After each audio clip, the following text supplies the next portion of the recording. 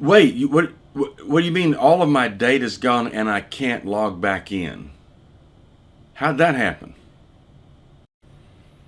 Hi, I'm Woody Huffines. I own the Nerds to Go in McKinney in Frisco, Texas, and this is Tech for the Untechnical.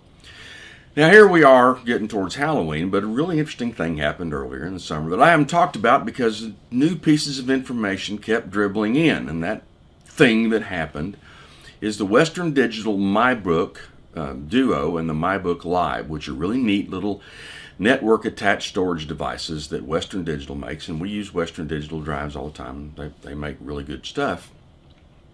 These were little boxes that you could hook up to your network or to your computer and have a mass storage device that was connected, and it was really pretty cool. And there was some provision if a disk failed to pull the disk out, you could duplicate the disk. It was a neat little device, and I'm called MyBook Duo or MyBook Live.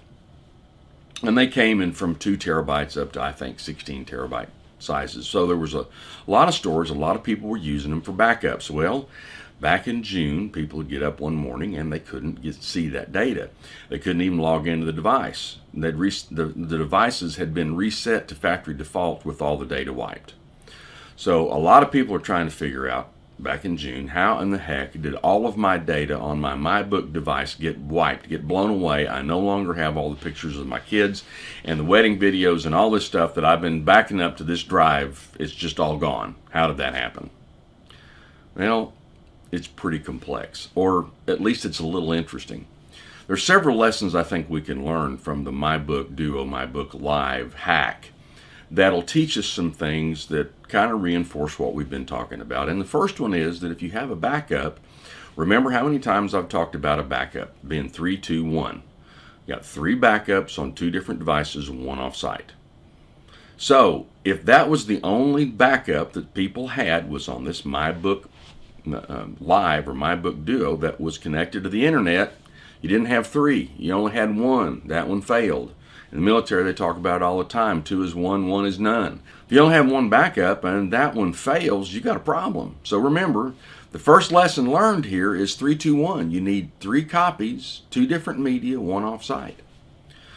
The second lesson I think that's kind of important to learn is that these MacBook Duos and MyBook Duos and MyBook Pros that were sold between 2010 and 2012, and now it's 2021, and that's when the bad things are happening to them. So these are clearly old devices. Well, it turns out that Western Digital sent out an email in 2014 that said that we're not supporting them anymore.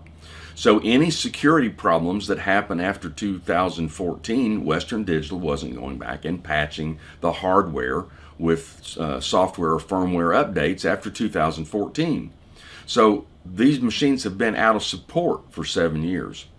The security vulnerability that was first identified, and we'll talk about this in a minute, the security vulnerability that was first identified that they were using to get attacked was identified in 2018. So this was a couple of 3 years after they sent out the last security update.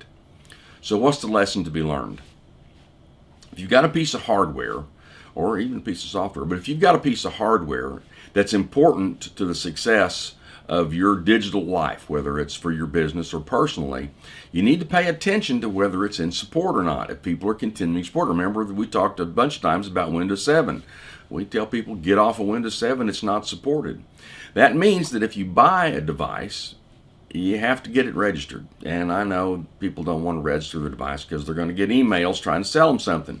But you won't know if you have a security vulnerability or that you need to go get something updated, or you need to just unplug it and throw it away because it's at end of life if you don't sign up for those emails. So you had a bunch of folks that had a piece of hardware that was working for them, but it had been out of support for 6 years or 7 years before it got hacked. Got to pay attention to how long you've had things, and are they still good to go. Okay, so the next thing that was interesting about it is it turns out that there were 2 different sets of code being run against these MyBook storage devices. They ran OS, they ran a PowerPC chip, which means that you can use them in a botnet, you can use them for crypto mining. There's a bunch of reasons that the bad guys would want to get after these things. Well, when the security researchers started looking at it, there was a 0-day exploit that nobody had found before, that they found that people were using to get to the MyBook, Western Digital MyBooks. And it was a 0-day. Nobody had ever heard about it. But they were also seeing that there was a vulnerability. It was a remote code execution vulnerability that was identified in 2018. So why would the guys that, if you can take it over with this one, why would you use that one, and vice versa?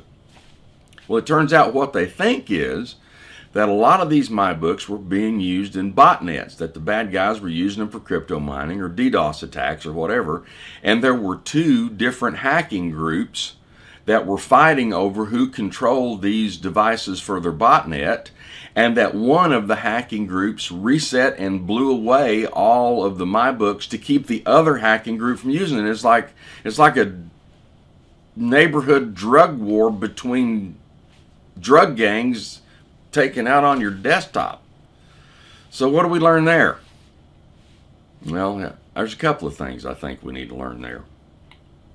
First thing is that if it's an IoT device or it's connected to your internet in any way, it is vulnerable to somebody finding it from the outside.